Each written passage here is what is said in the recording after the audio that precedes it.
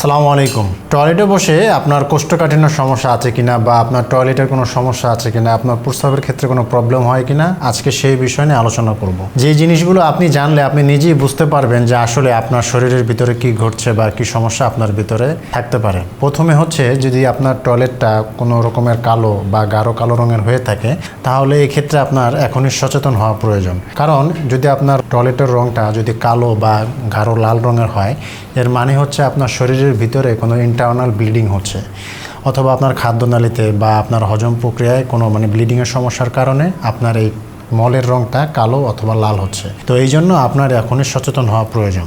দ্বিতীয় যে বিষয়টা, সেটা হচ্ছে যে আপনার টয়লেটে যদি এরকম তাজা রক্ত বের হয়, অথবা আপনি টিস্যু ইউজ করতেছেন, টিস্যু ইউজ করার পরে আপনি দেখতেছেন যে টিস্যুতে লাল রক্ত লেগে আছে, এর মানে হচ্ছে যে আপনার পাইলস অথবা অ্যানাল ফিশারের প্রবলেম আছে। যদি আপনার পাইলস এবং অ্যানাল ফিশারের প্রবলেম হয়ে থাকে, তাহলে কিন্তু আপনার প্রথম থেকেই সচেতন হওয়া প্রয়োজন। কারণ এটা যদি আপনি প্রথম থেকে সচেতন হন, তাহলে এটাকে দ্রুত আপনি এটাকে চিকিৎসা করে সুস্থতায় নিয়ে আসতে পারবেন। আর যদি আপনি এটাকে দেরি করেন, তাহলে এটা থেকে আরও ভয়াবহ বিভিন্ন রোগ সৃষ্টি হওয়ার সম্ভাবনা থাকে। 3 নম্বর বিষয় হচ্ছে যে আপনার প্রস্রাবের ক্ষেত্রেও আপনাকে এরকম লক্ষ্য রাখা উচিত। আপনার প্রস্রাবের রং যদি গাঢ় হলুদ হয়, এক্ষেত্রে অনেক সময় হয় যে আপনার ডিহাইড্রেশনের কারণে, পানির শূন্যতার কারণে আপনার এই প্রস্রাবের রং হলুদ হতে পারে। তো এই ক্ষেত্রে আপনি যদি পানির পরিমাণটা যদি ঠিক রাখেন, তাহলে আপনার প্রস্রাবের রংটা স্বাভাবিক আবার ফিরে আসার সম্ভাবনা থাকে।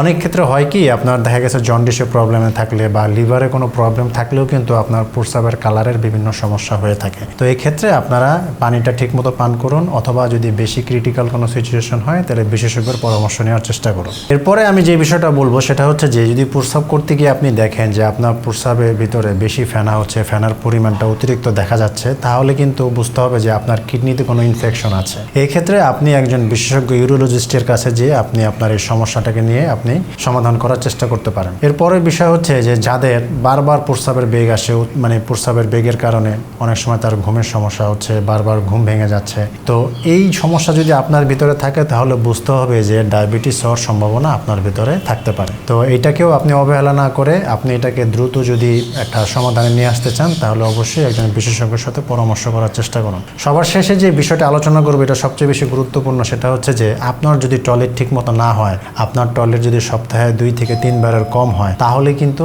এখনই সচেতন হওয়া প্রয়োজন। কারণ আপনি যদি আপনার এই টয়লেটের সমস্যা নিয়ে এখনই সচেতন হন, তাহলে এটা সহজেই কাটিয়ে তোলা সম্ভব। আপনার খাবারের তালিকায় আপনি ফাইবার রাখার চেষ্টা করুন, পানির পরিমাণটা আপনি ঠিক রাখুন, প্রতিদিন কিছু শারীরিক এক্সারসাইজ করুন, ঘুমটা ঠিক মতো ঘুমানোর চেষ্টা করুন। এই জিনিসগুলো যদি আপনি মেনটেন করেন, তাহলে আপনি কোষ্ঠকাঠিন্যের সমস্যা থেকে অনেক ভালো থাকতে পারবেন। দেখুন, একটা কথা মনে রাখবেন, যে কোনো সমস্যা যদি প্রথম দিকেই এটাকে যদি আমরা ফাইন্ড আউট করতে পারি, যদি এটাকে আমরা ধরতে পারি, তাহলে কিন্তু এটাকে খুব সহজেই অল্প খরচে চিকিৎসা করে সুস্থ হওয়া সম্ভব। কিন্তু যদি আমি এটাকে অবহেলা করে এটাকে দিনের পর দিন পুষে রেখে এটাকে যদি বড় করি, তখন কিন্তু এটার পিছনে সুস্থতার জন্য আমাদেরকে যেরকম সময় অনেক দিতে হয়, আমাদের টাকা পয়সাও কিন্তু অনেক খরচ করতে হয়।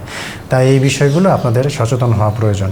আশা করি ভিডিওটা ভালো লেগে থাকলে অবশ্যই আমাদেরকে লাইক, কমেন্ট, ফলো করে আমাদের পাশে থাকবেন। আপনার জীবন হোক প্রশান্তিময়।